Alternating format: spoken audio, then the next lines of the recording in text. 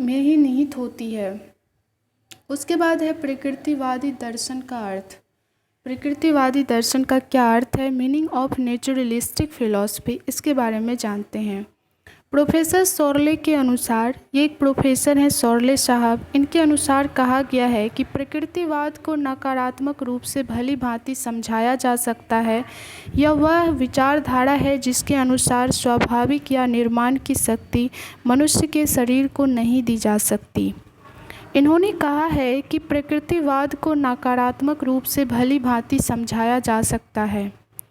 यह वह विचारधारा है जिसके अनुसार स्वाभाविक या निर्माण की शक्ति मनुष्य के शरीर को नहीं दी जा सकती। प्रकृतिवादी विचारक बुद्धि का स्थान मानते हैं, पर कहते हैं कि उसका अर्थ केवल बाह्य परिस्थितियों तथा विचारों को काबू में लाना है जो उसकी शक्ति से बाहर जन्म लेते हैं। इस प्रकार से प्रकृतिवादी भी वादियों की भांति आत्मा, परमात्मा, अस्पष्ट प्रयोजन इत्यादि की सत्ता में विश्वास नहीं करते। प्रकृतिवाद सभ्यता की जटिलता की प्रतिक्रिया के रूप में हमारे सम्मुख आया है। इसके मुख्य नारे प्रकृति की ओर लौटो, समाज के बंधनों को तोड़ो इत्यादि है। तो प्रकृतिवादी दर्शन के अंतर्गत जो मुख्य नारे हैं वो है प्रकृति की ओर लौटो, समाज के बंधनों को तोड़ो, यानी हम लोग समाज में बंधे ही ना रह जाएं, प्रकृति को देखें, उसे अनुभव करें और प्रकृति को जानें, ऐसा इसमें कहा गया है। आगे है सभ्यता का लचीलापन समाप्त होने पर यह वाद जन्म लेता है, पर प्रकृति का अर्थ क्या है? सर जॉन एडम्स ने कहा है कि यह शब्द बड़ा ही जटिल है। यह शब्द बड़ा ही जटिल है। इसकी अस्पष्टता के कारण बहुत सी भूलें और अंधकार का फैलाव होता है। इसका अर्थ 3 प्रकार से किया जा सकता है। प्रथम अर्थ में प्रकृति का तात्पर्य है निहित गुण और विशेषकर वे गुण जो जीवन के विकास और क्रमशः उन्नति की ओर ले जाने के लिए सहायक हो। यदि हम बालक को पढ़ाना चाहते हैं तो उसके विकास के नियम हमें ज्ञात होने चाहिए। प्रकृति का इस प्रकार अर्थ करने का गौरव रूसो को प्राप्त है।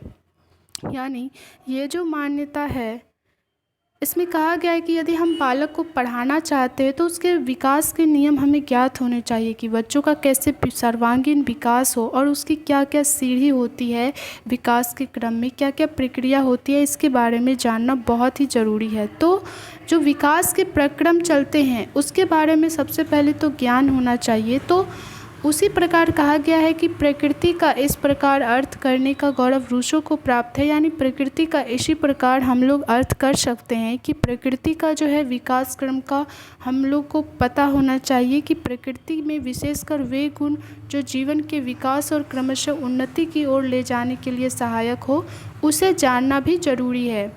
ये रूसो को ऐसा गौरव प्राप्त है, उन्होंने ही ये अर्थ समझाया है। तो अब देखते हैं डॉक्टर हॉल साहब ने क्या कहा है। डॉक्टर हॉल के अनुसार जिसे बाल केंद्रित शिक्षा कहते हैं उसे रूसो ने प्रेरणा दी थी।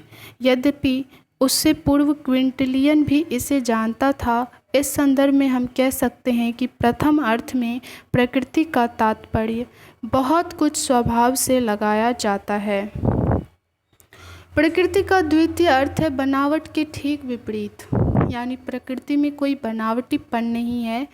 प्रकृति जो है सो हम लोग रियल में उसे देखते हैं। प्रकृति का द्वितीय अर्थ है बनावट की ठीक विपरीत। जिस कार्य में मनुष्य ने सहयोग न दिया वही प्राकृतिक है, यानी जिसमें मनुष्य का कोई भी हाथ ना हो वो प्राकृतिक है, वही प्रकृति है। यह सत्य है कि मनुष्य प्रकृति में अपनी क्रियात्मकता से परिवर्तन लाया करता है, पर इसका अर्थ बनावट तो नहीं है, क्योंकि उक्त परिवर्तन अप्राकृतिक कैसे हो सकता है जबकि मनुष्य स्वयं प्रकृति के कारण जीवित है और वह प्राकृतिक प्राणी है। बस इसका अर्थ यह है कि हम आदि काल की बात सोचने लगे, उस समय मनुष्य पशु था अथवा एक साधु अवस्था में, इसका निर्णय कठिन है। फिर एक चोर चोरी करने में क्या अपने स्वभाव का सहारा नहीं लेता? फिर उसे सजा क्यों मिलती है? क्या हमें बालक को मूल्य, प्रवृत्ति या संवेगों की शिक्षा देनी है? हम ठीक नहीं बता सकते। हमारा हृदय केवल उपयुक्त और हृष्ट-पुष्ट मनुष्यों को ही जीवित रखने में सहायता पहुंचाना नहीं है, वरन आधे से अधिक मनुष्यों को जीवित रखने के योग्य बनाना है। और हम यहाँ प्रकृति को स्वाभाविक तथा बनावटी दोनों रूपों में ही लेते हैं। तो इसमें कहा गया है कि हमारा हृदय केवल उपयुक्त और हृष्ट-पुष्ट मनुष्यों को ही जीवित रहने में सहायता पहुंचाना नहीं है, वरन आधे से अधिक मनुष्यों को जीवित रखने के योग्य बनाना है। और हम यहाँ प्रकृति को स्वाभाविक तथा बनावटी दोनों ही रूपों में लेते हैं। प्रकृति का तृतीय अर्थ है समस्त विश्व तथा उसकी क्रिया, और इस अर्थ में मनुष्य जो भी करता है वह प्राकृतिक है। शिक्षा में इसका अर्थ होगा विश्व की क्रिया का अध्ययन और उसे जीवन में उतार देना। तो इसमें शिक्षा का जो अर्थ होगा वो है विश्व की क्रिया का अध्ययन और उसे जीवन में उतार देना। इसका अर्थ हुआ कि एक सुस्त और कामचोर को भी इस प्रकार कहने का अवसर मिल सकता है कि वह बहुत से कीटाणुओं की भांति स्वाभाविक रूप से कार्य नहीं कर सकता। इस प्रकार हिंसक प्रवृत्ति का व्यक्ति अपनी हिंसात्मक कार्यवाहियों को भी प्राकृतिक कहने की दुष्टता कर सकेगा। यानी जो प्रकृतिवादी है वो अगर निगेटिव भी है तो वो अपनी जो है व्याख्या कर सकता है कि हमें इस कारण से ऐसा बनना पड़ा, यानी प्राकृतिक कहने का वो भी धृष्टता कर सकता है। यानी जो चोर है वो कहेगा कि हम इस कारण से चोरी करते हैं, यानी वो बहुत से कीटाणुओं की भांति स्वाभाविक रूप से कार्य नहीं कर सकता। यानी हमारे अंदर ऐसे कीटाणु है जिसके कारण हम स्वाभाविक रूप से अच्छे कार्य नहीं कर सकते, तो हमें ये करना पड़ रहा है, तो ऐसी धृष्टता कर सकते हैं, ये इसमें कहा गया है। कुछ विद्वानों का मत है कि मनुष्य को प्रकृति की विकासवादी श्रृंखला में बाधक नहीं बनना चाहिए, वरन उसे उस क्रिया से अलग ही रहना ठीक है। विकास किसी व्यक्तित्व के बिना नहीं हो सकता, व्यक्तित्व बिना प्रयोजन काम नहीं कर सकता। इसलिए हमें कुछ विद्वानों के अनुसार इस विकास के नियम का अध्ययन करना चाहिए तथा प्रकृति का अनुयायी हो जाना चाहिए। शिक्षा का उद्देश्य इस विकास को समझना तथा इसका अनुयायी बनने में सहायता करना है। शिक्षा संभव हो सके इसलिए हमें बहुत सी बनावटी बातों पर भी बल देना होगा। इस प्रकार हमने देखा कि प्रकृति के अर्थ का निर्णय कठिन है, फिर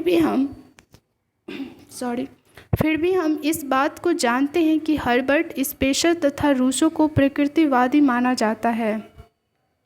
इस प्रकार हमने देखा कि प्रकृति के अर्थ का निर्णय कठिन है, फिर भी हम इस बात को जानते हैं कि हर्बर्ट स्पेंसर तथा रूसो को प्रकृतिवादी माना जाता है।